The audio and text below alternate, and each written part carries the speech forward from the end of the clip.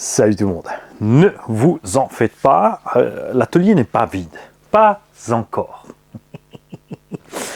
Les engins sont au sol, puisque moi, dimanche, j'étais au Modisme Val d'Argent, donc à Lièpre, 68 660, pour ceux qui sont de la région qui ne savent toujours pas où c'est. Et on a passé un dimanche super, on a sorti les tables, le barbecue, on était tous là avec nos familles, donc les enfants pouvaient s'amuser, les femmes pouvaient discuter, rouler avec nous, et nous bien sûr on a roulé, sauf ceux qui avaient la tchatch. Ils s'étaient rangés à discuter avec les filles, donc tout le monde a trouvé son compte. Un grand merci bien sûr à toute l'équipe du Val d'Argent pour tout ça, puisqu'on a été invités, donc merci. Et nous allons faire le point sur la FG Baja 4x4. L'essai en essence s'éloigne de plus en plus. Parce que, déjà, je me suis dit, je vais brancher, je vais mettre en route. Ça, c'est ce qui est cool avec le 2 ans. Tu mets ta réception, tu amorces ton moteur, un petit coup de starter. Enfin, tu amorces la pompe, tu mets ton starter, tu tires 2 fois sur la tirette doucement pour amorcer un petit peu, tu enlèves ton starter, et ça part. D'accord? Enfin, moi, j'ai pas de problème avec ça, ça marche à tous les coups. À froid et à chaud, un petit coup de gaz. D'accord? Mais, quand j'ai branché ma lipo de réception, la direction était très faible. Ça peut arriver parce que la graisse s'est figée, les plastiques ont durci. C'est un engin qui a quand même pas roulé pendant un sacré petit moment. Mais, comme tu peux voir, tout ici va bien. La direction elle-même aussi fonctionne librement. Il y avait la graisse qui avait un peu figé dans le puits ici, mais c'est tout. Pourtant, cette direction était très très faible parce que les 2 cerveaux de l'époque, ils ne suffisent pas. Et au bout de 5-6 essais, il y en a un de 2 qui a commencé à fumer. Maintenant, j'ai un cerveau ici, bien sûr, beaucoup plus balèze, tout seul que ces 2 cerveaux réunis. Ça, c'est bien. Le progrès fait son petit chemin. Mais, à l'époque, ce genre de platine était prévu pour des cerveaux un peu spéciales, taille 1/6, un peu taille entre. Il existait 1 ou 2 marques où ça rentrait. Ici, on a les générations suivantes, E-Tech, qui sont déjà trop gros pour rentrer. Il y a eu une adaptation perso faite avec 2 plaques d'alu, 4 écrous devant, derrière. Ça marche très bien, pas de souci. Mais les cerveaux 1/5 sont encore un poil plus grands. Donc, je pourrais découper un peu ici, mais au risque de fragiliser. Je pourrais prendre la platine d'origine plastique, ça vaut, je crois, 12 €, un truc comme ça, pour mettre tout ceci en place correctement. Parce que là, c'était monté comme ça. Mais du coup, les puits de vis ici sont en travers. Enfin, tout est méga penché. Et moi, je crois qu'à l'époque, c'était plutôt prévu comme ça. Et si tu vois la hauteur, quand tu te mets droit, en fait, ça colle pas. Il y a des choses qui ne vont pas là. Donc, ça a été adapté. Ça a fonctionné, hein, pas de souci. Je ne fais pas mieux sur mes caisses à moi, hein, quand c'est pour ma gueule. Mais voilà. Si je prends les supports modernes qu'on a actuellement, mon cerveau va se retrouver ici-bas, tranquille, pépère, à plat. Ce qui est génial sur CFG, c'est pour ça qu'on les adore, et tu vas le constater par toi-même, regarde, maintenant que l'ignoble verrue thermique a été virée, je vais étendre encore un petit peu parce que j'ai huilé, tu vois qu'il reste rien dans le châssis. C'est clean. Le système de courroie, c'est de la balle et j'ai vraiment pas compris pourquoi sur le Léopard compétition, je sais pas quoi, ils sont partis avec un diff central, un renvoi par cardan, un demi-cardan par là, de délire. Ce système est génial. Oui, il n'y a pas de diff central sur ce genre de système. Pour y mettre un diff central, la courroie devrait être modifiée sur un endroit plus court, avoir un diff central d'installer là, et qu'une deuxième courroie rejoigne le diff arrière, pour rester en courroie plate, tout simplement. Beaucoup sont persuadés qu'en tout terrain ça pose problème, ces courroies, j'ai jamais eu de souci avec ça. Beaucoup m'ont dit les diffs vont fondre avec le brushless, ben ça m'est pas arrivé non plus. On peut pas dire que la Clio, souvenez-vous, The Beach, et que la FG Porsche en 800 kV 12S ait été économisée de ce côté-là. Pourtant, tout fonctionne. Je vais donc changer l'huile de ces amortos, parce que là, ça va pas du tout, ça c'est sûr. Et je crains fort qu'effectivement, j'aille pas me faire chier à bidouiller la platine. Je vais prendre le support FG cerveau là, comme ça, 8 €. Et on va sortir et laisser tomber tout ça. De ça, je dois quand même récupérer bien sûr mon axe primaire et ma couronne. Hein, pour pouvoir passer le support brushless qui est là. Et qui va donc se monter tranquillement comme ça.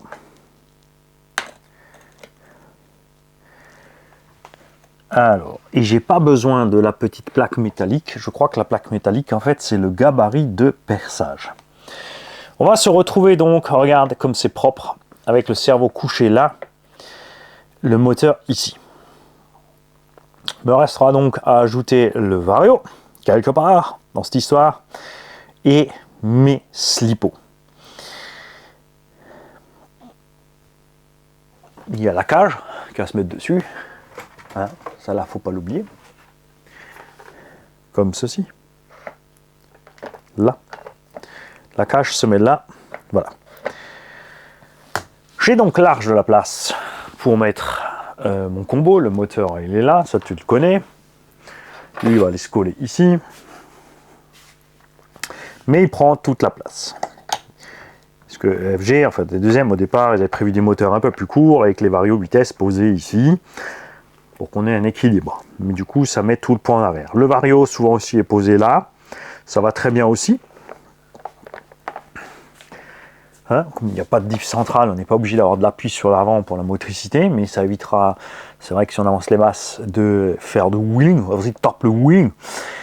La cage, souvent, comme je l'ai dit, moi, je l'ai modifié, un petit peu chauffer les pattes, faire un petit ajout pour avoir plus de place pour les lipos. Sur les 1.6, enfin parce qu'on a l'arceau, ou d'écarter l'arceau pour la place sur les lipos en longueur ici.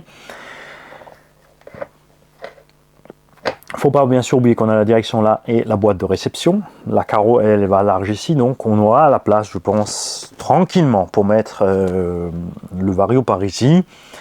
Ou ce que j'avais fait sur le mien, mon premier 12S, j'avais mis le vario tout simplement là, dans le sens du vent. Mais ça a coûté le pilote. Et j'aimerais bien garder le pilote cette fois. Il y a donc des chances qu'il atterrisse là derrière, on verra ça, puisque le Mach 5 G2 est compact comme celui de la version 8S.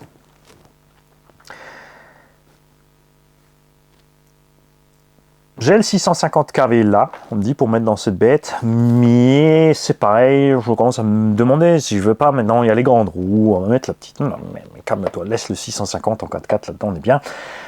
Pourquoi j'hésite? Parce que j'ai commandé un autre truc encore.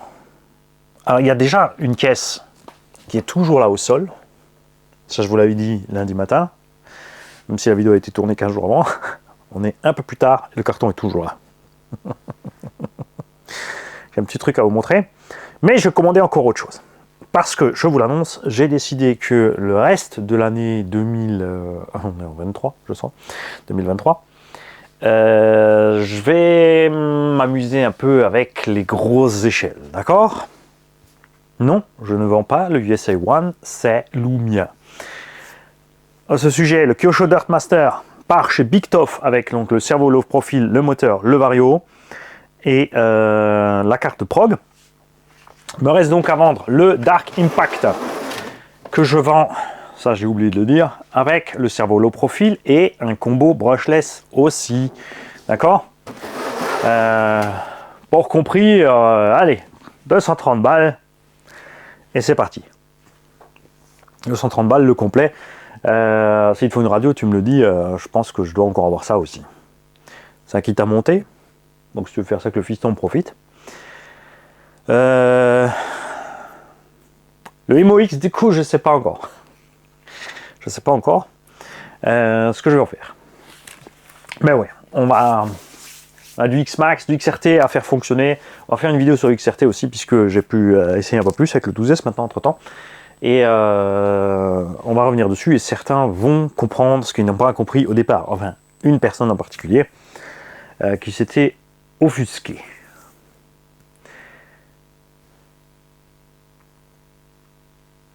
J'essaie quand même de me convaincre de aller mets un petit coup de disqueuse, mets le cerveau.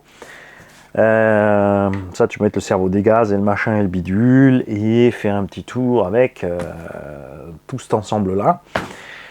Hein, faut pas oublier qu'il y a encore le réseau qui va avec. D'ailleurs, regarde, on va vite peser la bête pour faire un petit comparo rigolo. Donc, moteur thermique avec le réseau et le réservoir. Réservoir n'est pas tout à fait plein. Accrochez-vous, il y a 4 kg de matos en gros, avec le plein et le cerveau gaz frein que nous allons remplacer par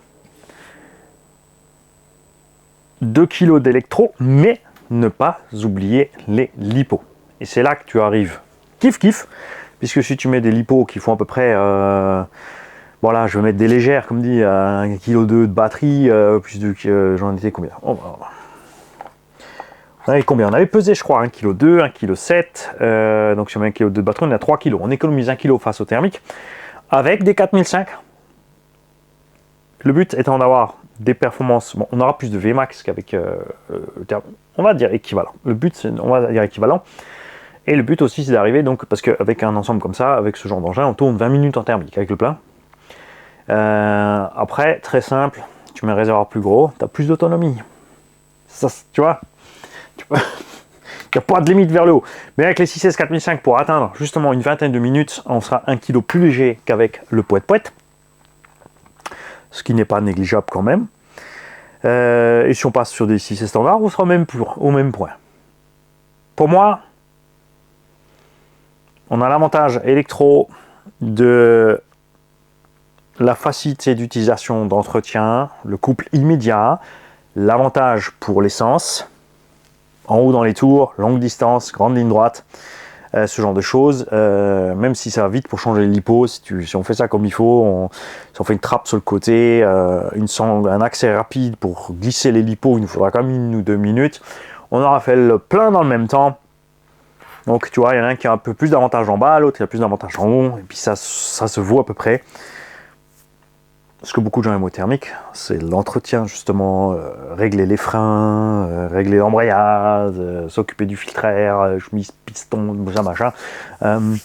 Après ces moteurs là sont super fiables, enfin moi j'ai rarement démonté, je crois que j'en ai démonté un depuis du temps où je faisais un peu, je n'ai pas fait autant que du brushless, de l'électro c'est sûr, mais j'ai dû en démonter un pour changer la segmentation parce que je suis arrivé en fin de réservoir, le moteur s'est emballé parce qu'il a pris de l'air, hop, il est parti dans les tours.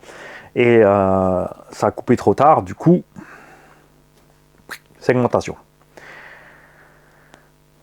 Pas bien grave. Combien de fois avons-nous cramé, honnêtement, des varios, des moteurs, des lipos? Là aussi, on s'y retrouve toujours à peu près, parce que c'est toujours rigolo que ce sont les utilisateurs qui se fassent une espèce de petite guéguerre souvent, alors qu'en fait, c'est les vendeurs derrière, enfin les vendeurs, les fabricants qui se frottent les mains, puisqu'ils savent très bien qu'ils engrangent autant d'un côté que de l'autre. N'est-ce pas? Donc est-ce que je vais me donner du mal à faire ce petit truc là, remettre la verrue dedans pour faire juste 2-3 pleins, sachant que même si ce machin c'est sûr il va marcher bien, on aura allègrement honnêtement les performances d'un X-Max d'origine, pas l'accel immédiatement comme ça. Là, pour ça il faudra mettre une boîte 2. Avec une boîte 2 ça réglerait ce problème effectivement. En première tu auras une accélération quand même beaucoup plus franche. Et la seconde pour la VMAX, mais pas de marche arrière. Je ne sais pas. C'est vraiment, voilà. Évidemment, j'en discute parce que j'attends vos réactions. J'attends les gens qui vont m'encourager un petit peu à faire le thermique et j'attends les gens qui vont me dire ah, t'as raison, vas-y, il faut le brushless, on s'en fout. Parce que je suis vraiment. J'avais envie de vous faire ce petit run en thermique, mais là j'ai plus envie. En fait c'est ça. J'ai plus envie. Aller chercher de l'essence, du temps, faire le mélange, appuyer, faire le truc. Et même honnêtement, le truc, non sérieusement, le truc de base auquel je n'ai pas pensé, c'est le spot pour exploiter ce truc. J'ai pas envie de faire chier les gens sur les berges du Rhin, cette période estivale, honnêtement, avec ce truc au milieu. Aller rouler au périscolaire, niette, hein, ça non. Donc résultat, en fait, j'ai une excuse de plus pour pas le faire. Et oui, c'est vrai. Le temps que je discute là, j'aurais pu faire la modif. Et si j'avais pas sorti le moteur, on serait déjà prêt. Mais comme j'ai dû démonter là, il y avait de la crasse, je me suis dit, allez, on passe un coup de nettoyage. Et je me retrouve là. Alors, ce qui est sûr, c'est que je vais vous laisser le temps de la journée, on va dire, pour voir la vidéo, ou peut-être le temps que je reçoive ma pièce pour le cerveau, pour essayer de me convaincre à aller d'un sens ou de l'autre. Moi, pendant ce temps-là, je vais préparer les amortos, je vais prépercer mon châssis pour mon électro, je vais attendre le support cerveau pour être sûr d'avoir les trous au bon endroit pour mon cerveau, et j'irai rouler Big Mama en attendant. D'accord? Je vais aussi me motiver, parce que là, honnêtement, ouais, là, pour vous, c'est mercredi matin. Théoriquement, je suis en plein congé à l'heure où vous voyez cette vidéo. Et ouais, j'ai envie de retourner m'amuser dehors avec ma petite famille, et on fait pas de la RC parce on s'amuse à autre chose. Mais j'ai pas envie de vous laisser non plus totalement sans vidéo. Et puis, c'est vrai que toujours faire des vidéos intéressantes avec plein de sujets, des thématiques, des machins, des bidules, c'est bien, mais de l'autre côté, vous aussi, vous pouvez participer quand c'est comme ça, tu vois, je suis moite-moite, je sais pas trop, je m'ennuie un peu, j'ai envie, j'ai pas envie. Donc je veux vos avis, vos envies, motivez-moi d'un sens ou de l'autre. Histoire qu'on voit un peu ce qu'on fait avec cette histoire. Ce que je vais faire aussi, c'est mettre de la graisse très dure dans le diff avant, ça c'est certain. D'un autre côté, le temps que tout se finalise va se passer un moment, parce que là je vais commander le support cerveau, même si je fais le provisoire machin, même si je ne roule pas en thermique, que je passe en brushless, il faudra encore faire le support du Vario, il faudra que je me décide où je veux le faire. À l'époque, je ne m'étais pas emmerdé, hein. J'avais fait une plaque qui était vissée là, je l'avais pliée là, je l'avais pliée vers là, je l'avais pliée ici, j'ai mis 2 vis M4 ici, 2 vis M4 là, et moi j'avais un support là pour poser mon Vario tranquille en plein canal d'air. Voilà. De l'autre côté, après, tu descends tout le machin là pour être bas parce que c'est plat, c'est propre, c'est beau avec le moteur là, les batteries là, le truc là, et tu te retrouves avec le Vario comme si c'était une culasse. Mon petit Mani, il va falloir faire mieux que ça cette fois. C'est pas faux, c'est pas faux. C'est pas faux. Vous savez quoi? On va vérifier quelque chose aussi encore.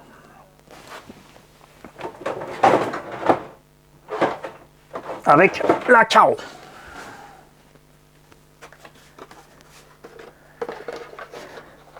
Je vais vérifier quelque chose avec la carreau, puisqu'elle arrive à peu près là. Et oui, c'est là où je me suis trompé. Le Vario est derrière le bonhomme, pas devant. Et c'est si je le mets là que je dois zigouiller le bonhomme. Donc je pense que si. On va quand même mettre cette bestiole à peu près là. Le plus bas possible sur le lipo, bien sûr. Je vais te poser 2 lipos dedans, que tu vois un peu le truc, parce que c'est sûr, là, ça fait vide, t'as sorti tout, bien. Mais, quand tu en mets tout dedans, bon, c'est que des 4S, hein, parce que les 6S, j'ai rangé. On va dire que les 6S sont aussi hautes que ça. Les 6S, on va les mettre à peu près là.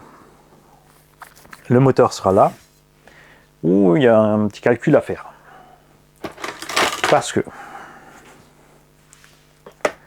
ça va à peu près là. Les 6S sont aussi hautes que ça, donc je peux aller là avec le Vario, mais en largeur, je suis comme ça. Mon moteur, lui, il est tranquille là. Je vais te remettre le moteur dedans parce que je viens de tiquer un truc.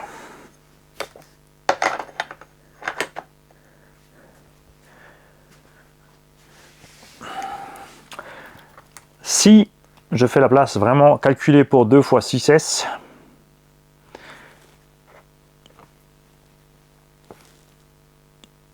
Ça va être vraiment chaud pour placer le vario ici.